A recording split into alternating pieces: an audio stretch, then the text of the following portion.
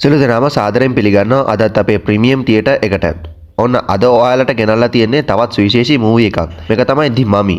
ඉතින් මේ මූවි එකේ ඉන්නේ අපි හැමෝම ආදරය කරන ටොම් ක්‍රූස්ම තමයි. ඒ වගේම ඊජිප්ට් කතාවලට ආසාය වගේම කුතුහලය හොයන අයට ඔන්න අද තමයි ඔයාලා වෙනුවෙන් වෙන් වෙච්ච දවස. ඒ හින්දා පටන් ගත්ත තප්පරේ ඉඳන් ඉවර වෙනකම්ම මේ මූවි එක දිගටම බලන්න කියලා මම ඔයාලට මතක් කරනවා. ඒ වගේම තාමත් මගේ තියේටර් එකේ ෆිල්ම්ස් බැලුවා තියේටර් එක සබ්ස්ක්‍රයිබ් කරලා එකතු වෙච්ච නැති ගොඩක් ලොකු පිරිසක් ඉන්නවා. ඉතින් එයාලා තවමත් පර්මනන්ට් සීට් එකක් බුක් කරගත්තේ නැත්නම් සීට් එකක් බුක් කරගන්න channel එකත් සබ්ස්ක්‍රයිබ් කරන ගමන් සෙට් වෙන්න අද ෆිල්ම් එක බලන්න.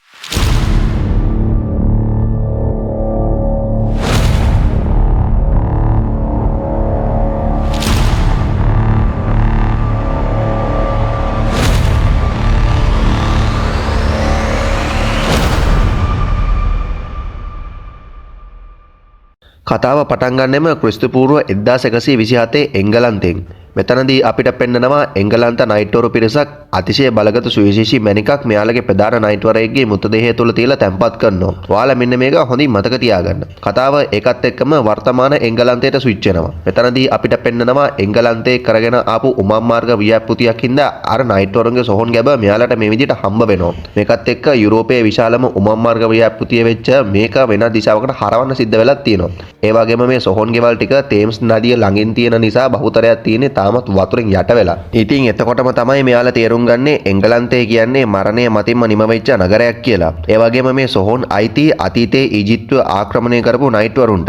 ඒකත් එක්ක අපිට පෙන්නනවා එක්තරා සංවිධානයක පිරිසක් මෙතෙන්ට ඇවිල්ලා වරෙන්තුවක් ඉදිරිපත් කළා මේ සම්පූර්ණ ස්ථානයම එයාලගේ පාලනයට අරගන්නවා. මේ කෙනා තමයි ඩොක්ටර් හෙන්රි. හෙන්රි මෙතනදී දකින දේවල් එක්ක එයා කියනවා අතීතයේ කවදාක්වත් සදාකාලිකව වලදාන්න බෑ කියලා. ඒකත් එක්ක ඩොක්ටර් හෙන්රි අපිට මෙහෙම කතාවක් කියනවා. අතීතයේ ඊජිප්තුවේ කුමාරිකාවක් හිටියා.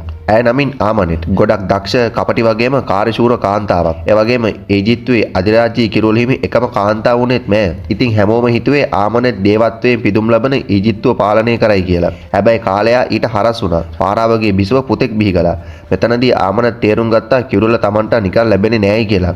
ඒක හින්දා ඇය පලිගන්නා බවට දිවුරමින් නපුරට අධිපති සෙත් දෙවියන්ට බාර වෙලා නපුර වැළඳ ගන්න තීරණය කළා තියෙනවා. මෙතනදී නපුරට අධිපති දෙවියන්ගේ දූතයෙක් අර අපි දැක්ක මැණික්ගල අඩංගු කෙනිස්ස මේ විදිහට ආමනෙට්ට දෙනවා. මේකත් එක්ක මේ ආමනෙට් කුමරිය ආපහු ඉපදෙනවා යකින්නියක් විදිහට.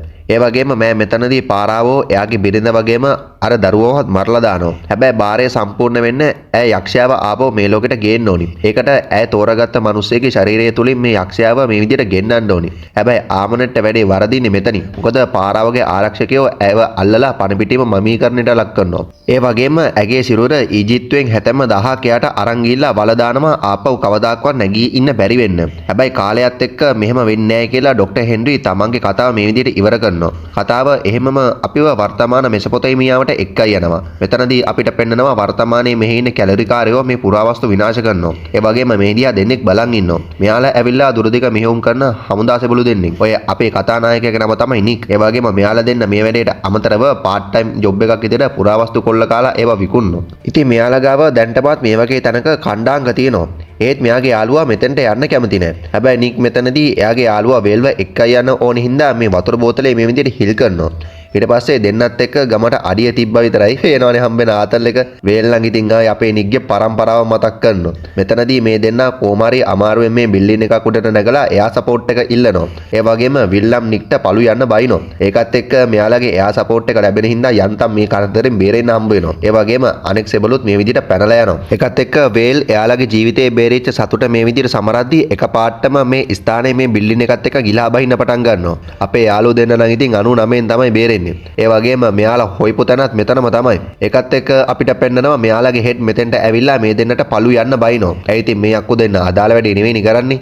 ඒකත් එක්ක මෙතෙන්ට එන කෙල්ලෙක් නික්ට අත පුරවලා දෙනවා. මොකද නික් මෙයාගෙන් තමයි මේ තැනට අදාළ සිටීම හොරකම් කරලා තියෙන්නේ. මේ කෙල්ලගේ නම තමයි ජෙනි. ඒකත් එක්ක ජෙනි මෙතනදී චෙක් කරලා බැලුවාම මෙයා තේරුම් ගන්නවා මේක ඊජිප්තු නිර්මාණයක් කියලා. හැබැයි ඊජිප්තුව තියෙන්නේ මීට 70000ක් එහැයින්. එතකොට මේ තියෙන්නේ මොකද්ද කියලා ඔයාලට හිතා ගන්න පුළුවන් නේ. ඒකත් එක්ක මෙයාලා ඩිසයිඩ් කරනවා මේ විදිහට මේක ඇතුළට බහලා පරීක්ෂා කරන්න. ඉතින් මෙතනදී මෙයාලා මේ විදිහට ඇතුළට බහලා පරීක්ෂා කළාම මෙයාලට ආමනෙට්ගේ සෝන් ගෙදරට යන පිවිසුම් දොරටුව බලා ගන්න හම්බ වෙනවා. ඒකත් එක්ක අපේ නික්ගේ ඇඟට රසදිය වැටෙන්න පටන් ගන්නවා. මෙතනදී ජිනී තේරුම් ගන්නවා ඊජිප්තු වැසියන් මේව පාවිච්චි කළේ අඳුරු ආත්ම දුර්වල කරලා දාන්නයි කියලා. ඉතින් මෙයාලා මෙතනදී මේ රසදිය ගලාගෙන ආපු පාර දිගේ ගියාම මෙයාලට විශාල රසදිය ලිඳක් බලා ගන්න හම්බ වෙනවා. මෙතනදී තමයි ජෙනී තේරුම් ගන්නේ මේක සොහොන්ගයක් නෙමෙයි අඳුරු ආත්ම හිර කරන්න හදපු හිරගයක් කියලා.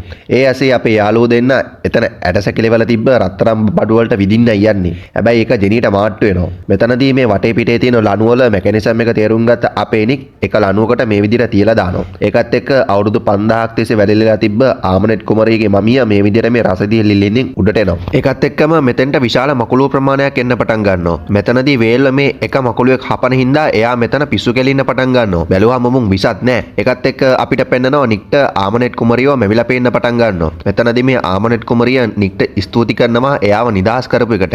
ඒ වගේම නික් තමයි ආමනෙට් කුමරිය තෝරාගත්ත පුද්ගලයා වෙන්නේ. ඒකත් එක්කම ජෙනී කෑ ගන්න හින්දා නික් ආපහු පියවිසියට එනවා. මෙතනදී ජෙනී හමුදාවට දන්වලා එයාලගේ සහාය ඇතුව මේ විදිහට මේ ආමනෙට් කුමරියගේ මමිය උඩට ගන්නවා. හැබැයි එතකොටම එතන ඉන්න කළු කපුටේම කෑ ගන්න පටන් ගන්නවා. දැන් තමයි ඉතින් කට්ටිය හොඳමකින් කෙලෝ ගන්න යන්නේ. මොකද මෙයාලා මේ මමිය අරන් යද්දිත් මේ පැත්තට දරුණු වැලි කුණාටුවක් එනවා. මේවා වෙන්නේ ඉතින් මමිය බලපෑම හින්දාම තමයි. මේ අතර අපිට පෙන්නනවා නික් කොච්චර හොරෙක් වුණත් නික් අතරයි ජෙනී අතරයි පොඩි කනෙක්ෂන් එකක් තියෙනවා.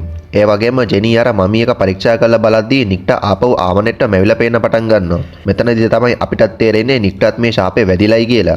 මේ අතර අපිට පෙන්නනවා වේල් එකපාරටම පිස්සු විකාරයෙන් අර මමියක බැඳලා තියෙන පටි ටික ගලවනවා. මෙතනදී අර කර්නල් වේල්ට එපා කියද්දී එයා කර්නල්ට පීහෙන් අයිනවා. ඒකත් එක්ක මේ ප්ලේන් එක ඇතුලේ හෙන වලියක් යනවා. මොකද වේල්ටත් දැන් මේ මමිය ශාපේ වැඩිලා තියෙන්නේ. ඉතින් අන්තිමට බැරිම තැන මෙයාලා වේල්ට වෙඩි තියන්න සිද්ධ වෙනවා. මොකද මෙයාව කන්ට්‍රෝල් කරගන්න බෑනේ. හැබැයි ප්‍රශ්නේ මෙතනින් ඉවර වෙන්නේ නැහැ. මොකද මෙයාලා දකිනවා එකපාරටම ප්ලේන් එකට බර්ඩ් ස්ට්‍රයික් එකක් ඇවිල්ලා යානේ එන්ජින් හතරම අක්‍රිය වෙනවා. ඒ වගේම කොක්පිට් එකට ගිහින් බැලුවාම ඉස්සරහා හෙන්න කපුටු සෙට් එකක් ඉන්නවා. මේකත් එක්ක මෙයාලා මේ ප්ලේන් එකට කඩාගෙන පැනලා මේ යානේ කඩා වට්ටනවා.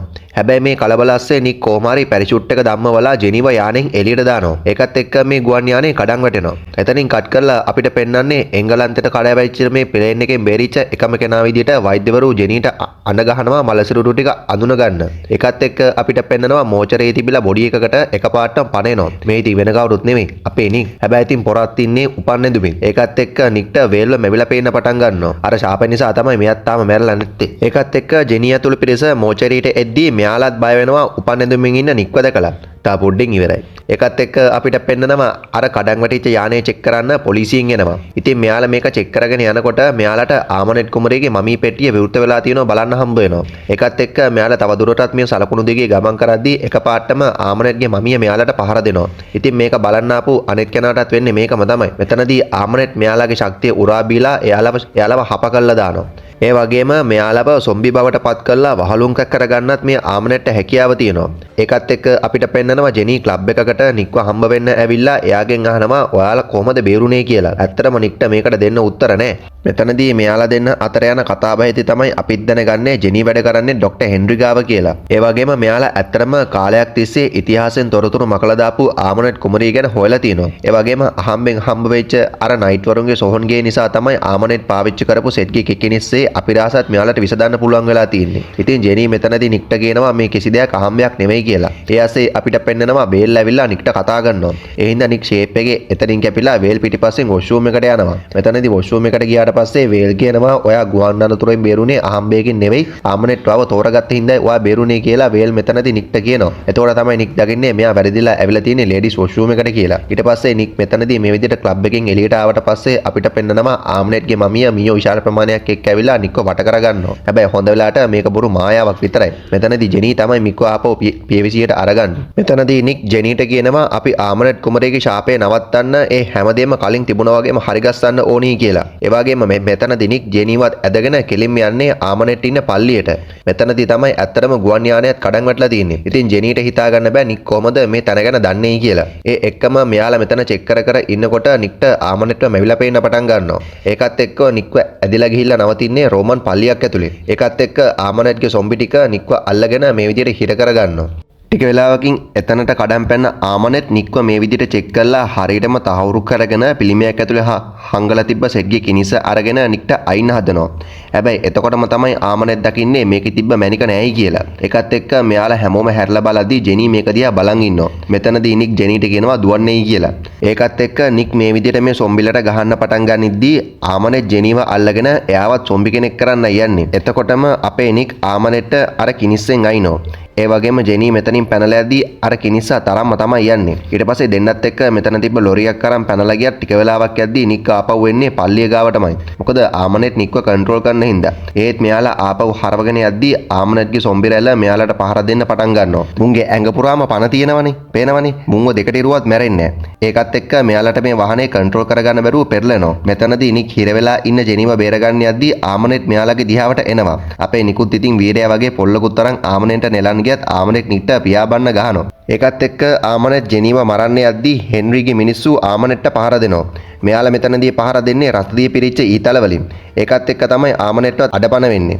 ඒ වගේම හෙන්රිගේ මිනිස්සු ජෙනීව බේර ගන්නවා. ඒ වගේම බාගෙට සිය නැති වෙලා හිටපු නික්ට සිය නැති කරනවා. ඊට පස්සේ මෙයාලා එන්නේ අතිශය රහසිගත ලන්ඩන් වල තියෙන හෙන්රිගේ පරීක්ෂණාගාරයට. මෙතෙන්ට ආවම තමයි අපේ නික්ට එයා ජීවිතේ කවදාක්වත් දැකම නැති දේවල් ගොඩක් බලා ගන්න හම්බ වෙන්නේ. ඒ වගේම නික්ට මෙතනදී ડોක්ටර් හෙන්රිය බලා ගන්න හම්බ වෙනවා. මෙයා අවුරුදු ගාණක් තිස්සේ මේ දේවල් ගැන ගවේෂණය කරන කෙනෙක්. ඒ වගේම මෙයා නික් ගැන ඔක්කොම විස්තර හොයාගෙන තියෙන්නේ. මීට අමතරව නික් තව විශේෂ දෙයක් දකිනවා. මෙයා මෙතනදී දකිනවා ડોක්ටර් හෙන්රිට වැළඳිච්ච විශේෂ වසංගතයක් තියෙනවා. ඒ වගේම මෙයා මේ විදිහට මේකට ප්‍රතිකාර ගන්නවා. ඔයාලා ඔන්න ඔය සීන් එක පොඩ්ඩක් හොඳින් මතක තියාගන්න. ඊට පස්සේ ડોක්ටර් හෙන්රි නික්වත් එක්කගෙන යනවා මෙයාලා පණ පිටින් අල්ලගත්ත ආමනෙට්ට පෙන්නන්න. පේනවනේ ගැට ගහලා තියෙන විදිය. ඒ වගේම මෙයාව අඩපණ කරලා තියන්න සැරෙන් සැරේට මෙයාගේ ඇඟට රසදිය ඇතුල් කරනවා. මෙතනදී ડોක්ටර් හෙන්රි නික්ට කියනවා ඔයාව බලවත් ශාපයකට ලක් වෙලා ඉන්නේ මෙයා නිසා. ඒකින්ද මේ ගැටලුව නික්ට අසනීපයක් හොඳ කරනවා වගේ හොඳ කරන්න බෑයි කියලා. ඒකත් එක්ක ආමනෙත් ඉජිප්තු භාෂාවෙන් කියනවා කවදාක්වත් ඔයාලට මේ ශාපේ නවත්තන්න බෑයි කියලා. ඒකත් එක්ක ආමනෙත් නික්ට එයා එක්ක එකතු වුණොත් ලැබෙන දේවල් ගැන චිත්‍ර රූපමවන්න පටන් ගන්නවා. හැබැයි නික් ආමනෙත්ගේ මේ මායන් වලට අහු වෙන්නේ නැති හින්දා එයා යන්තම් බේරෙනවා. ඒකත් එක්කම රසදිය ඇඟට ඇතුල් වෙන හින්දා ආමනෙත් පිච්චෙනවයි කියලා කෑ ගහනවා. මෙතනදී නික් මේක නවත්තන්න හැදුවත් වැඩක් වෙන්නේ නැහැ. මේ සිද්ධියෙන් පස්සේ නික් වගේම ජෙනී අතර ආපහු කතා බහක් ඇති වෙනවා. මෙතනදී ජෙනීගේ හිතෙත් නික් ගැන කැමැත්තක් තියෙනවා. මොකද නික් ජෙනීගේ ජීවිතේ බේරපු හින්දා. ඒ වගේම ජෙනී මෙතනදී කියනවා ඔයාගේ ඇඟ ඇතුලේ ඇත්තටම හොඳ මිනිස්සෙක් හැංගිලා ඉන්නවයි කියලා. ඒකත් එක්ක අපිට පෙන්නනවා අර ගවේෂකයෝ කණ්ඩායම නයිට් වරුන්ගේ සෝන ඇතුලේ තිබිලා අර කිනිස්සෙන් වෙන් වෙච්ච මැනිකත් හොයා ගන්නවා. ඉතින් මේක ආමනෙට්ටත් දැනනවා. මෙතනදී ජෙනී ආමනෙට්ව හම්බ වෙන්න ආවම ආමනෙට් කියනවා ඔයාලා මට අවශ්‍ය හැමදේම එකම තැනකට ගෙනල්ලා දුන්නා. ඒක හින්දා නික් සදාටම මගේ වෙයි කියලා. ඒකත් එක්ක ජෙනීට තේරෙන්න පටන් ගන්නවා මෙතන වෙන්නේ යන දේ. ඒක හින්දා එයා ඒක හෙන්රිට කිව්වාම හෙන්රි කරන්න හදන්නේ සෙත්ගේ කිනිස්ස සම්පූර්ණ කරලා ඒකෙන් නික්ට ඇනලා යක්ෂයාගේ ආත්මය එයා එක්ක පුච්චන්න. ඒ ජෙනී මේක කරන්න කැමති වෙන්නේ නැහැ. මේ අතර ආපහු ડોක්ටර් හෙන්රි අර වසංගතයට බෙහෙත විද ගන්න හදද්දී නික් මෙතන පිස්සු නටන්න පටන් ගන්නවා. මේකත් එක්ක ડોක්ටර් හෙන්රි වීරු වැටිද්දී මේ රූම් එකේ ඉතුරු වෙන්නේ හෙන්රි වගේම නික් විතරයි. ඒ වගේම ආමනෙට් එයාගේ මායා බලය පාවිච්චි කරලා කෘමියෙක්ව මෙතෙන්ට ගෙන්නගෙන එතන ඉන්න මිනිසුන්ව තමන්ගේ පාලනයට අරගෙන පිස්සු නටන්න පටන් ගන්නවා. අනික් පැත්තෙන් එන්නත ලැබුණේ නැති හින්දා වීරු වැටිච්ච හෙන්රි නික්ට මදි නොකියන්න නෙලනවා. ඒ වගේම ආමනෙට්ගේ ශරීරයෙන් එයාට ඇතුළු කරපු රසදිය මේ විදිහට එළියට පිට කරනවා. අනික් පැත්තෙන් නික් කොහොම හරි හෙන්රිට අර ඉන්ජෙක්ෂන් එකකින් අයින හින්දා යන්තම් මේ කරදරෙන් බේරෙන්න හම්බ වෙනවා. ඒකත් එක්ක ජෙනී මෙතෙන්ට ඇවිල්ලා නික්ව එක්කයි යද්දී තරහෙන් වීරු වැටිච්ච ආමනෙට් මෙතනින් ගැලවෙනවා. ඊට පස්සේ මෙතන ඉන්න මිනිසුන්ටත් පහර දීලා ආමනෙට් තමන්ගේ උපරිම බලය පාවිච්චි කරලා යක්ෂයාගේ ආත්මය මේ විදිහට නගරයට ගෙන්න ගන්නවා. අපේ ජෝඩුට ඉතින් දුවන කැරෙන්න වෙන කරන්න දෙයක් නැහැ. මේ අතර අපේ නික්ට වේල්ව මැවිලා පේන්න පටන් ගන්නවා. මෙයා මෙතනදී නික්ට කියනවා එයා මැනික තියෙන තැන දන්නවයි කියලා. ඒකත් එක්ක නික් වේල් එක්ක ජෙනීවත් අරගෙන පිටත් වෙනවා. මේ අතර හෙන්රිගේ මිනිස්සු මැනිකත් ආරක්ෂා කරගෙන මෙතන රැකගෙන බලන් ඉන්නවා. හැබැයි ආමනෙට්ගේ බලයත් එක්ක මෙයාලට හැරෙන්නවත් බෑ.